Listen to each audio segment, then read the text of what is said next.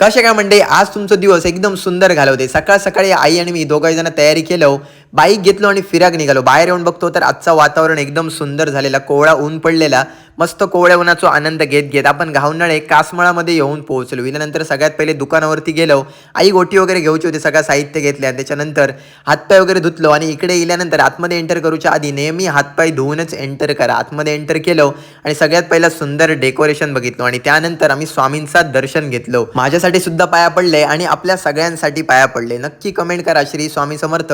सगळ्यांची अडलेली नडलेली कामं होणे, सगळ्यांका सुखी ठेवा ही स्वामींचरणी प्रार्थना. राजाधिराज योगीराज परब्रह्म अक्कलकोट निवासी सद्गुरु श्री स्वामी समर्थ महाराज की जय. आणि अजून एक महत्त्वाची गोष्ट म्हणजे नवरात्रोत्सव चालू हा, तर मी अजिबात एक्सपेक्ट करूक नाही होते की इकडे गेल्यानंतर मला देवीचा दर्शन होताला, देवीचा दर्शन भेटला. त्यानंतर आजूबाजूच्या सगळ्या देवस्थानांचं दर्शन घेतलंय, त्यांच्याकडनं माहिती सुद्धा